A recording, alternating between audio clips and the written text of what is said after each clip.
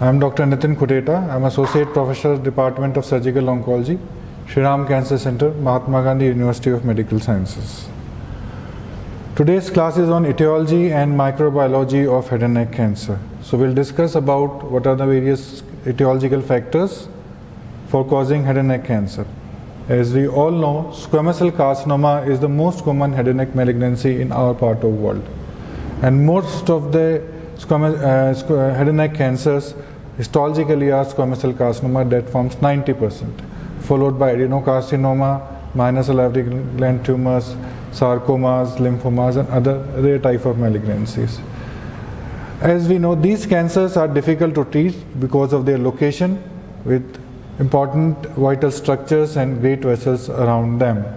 So what is important is to diagnose them in an early stage so that we can treat them completely and have a good prognosis in these patients. The common causative agents of head and neck squamous cell carcinoma are, the commonest is tobacco chewing, as we all know, followed by alcohol, polycyclic hydrocarbons, nitrosamines, viral infections like Epstein-Barr virus, human papilloma virus, radioactive agents like polonium-210, cannabis, and the wood dust.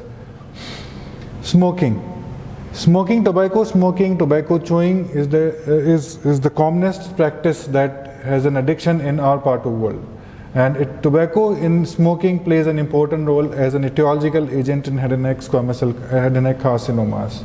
Concomitant use of tobacco and alcohol increases fourfold increase in the development of malignancy in head and neck area. Risk also increases proportionate to the number of smokes, bidis, hookah, and cigarette smoked per day. Air processed dark tobacco has twice the risk when compared to light colored ones. So as we know, smoking plays a very important role in development of oral cavity or head and neck cancer. As we know that tobacco has 43 clearly demonstrable carcinogens in it, and method of tobacco use is also relevant to the context of site involved. Parietal malignancy is commonest found in tobacco chewers, buccal mucosa and tongue cancer is commonest found in tobacco chewers, and lung malignancies are common in the smokers. Common carcinogen found in cigarette include polycyclic nitrosamines, polycyclic hydrocarbons, nitrosamines, and other products. Cannabis smoking carries higher risk of head and neck malignancy than tobacco alone.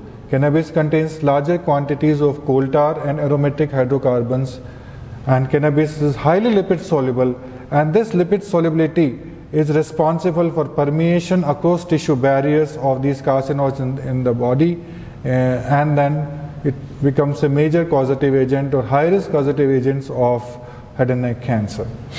The role is of alcohol. Tobacco and alcohol, when taken together, has a 4-time higher risk of developing head and neck cancer. And alcohol is not per se a carcinogen, but it potentiates the effects of smoking tobacco or chewing tobacco as it causes, it's an excellent solvent and increases the risk of head and neck cancer. What it does is it dissolves the carcinogens which are present in tobacco, and thereby facilitating their tissue permeation, and these substances reach different parts of the body, and especially in oral cavity and head and neck, where they increases the risk. And it also affects the synthesis of retinoids in the body, and as we know, retinoids have cancer protective function. Type of alcohol consumed plays an important role in carcinogenics. Nitrosamine content of beer is more than other alcoholic beverages.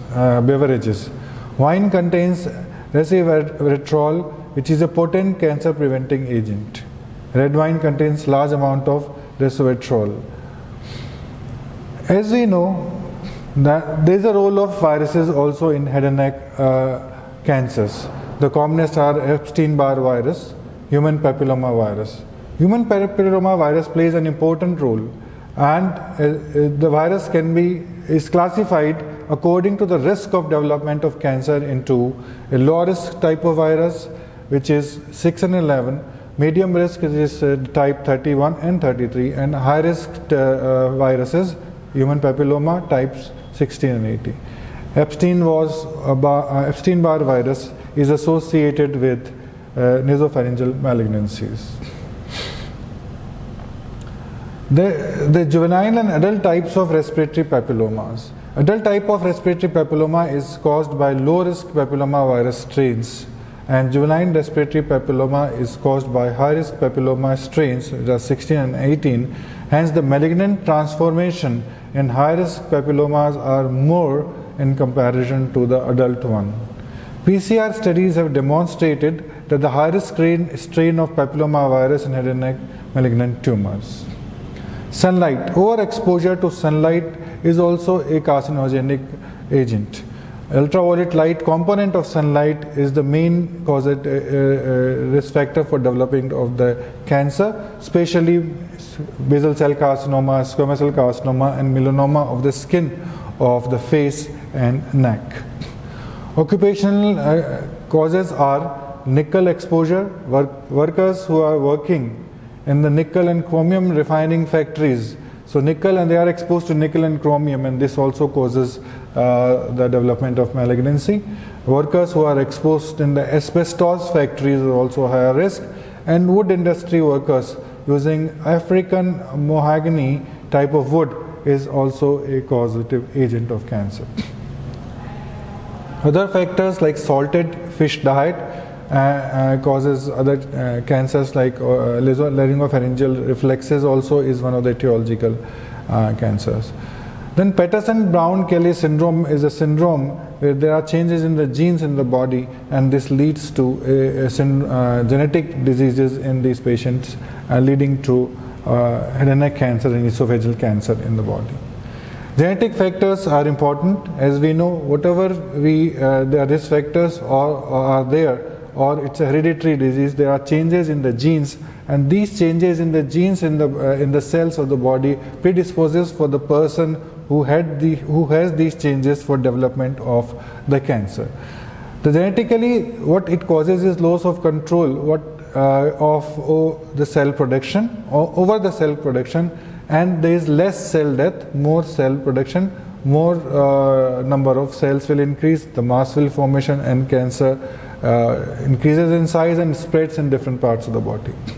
The mutations which are there are involving proto-oncogenes, inactivation of tumor suppressor genes, and there are point mutations, deletions, amplifications are there, which causes all these problems leading to formation of cancer in the body.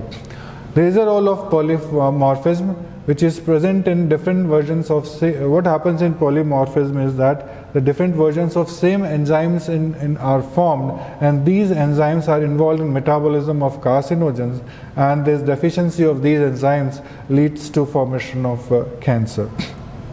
Radiation exposure is one of the another culprit of head and neck cancer, which causes point mutations on the genes, and these mutations in turn can predispose to head and neck malignancy.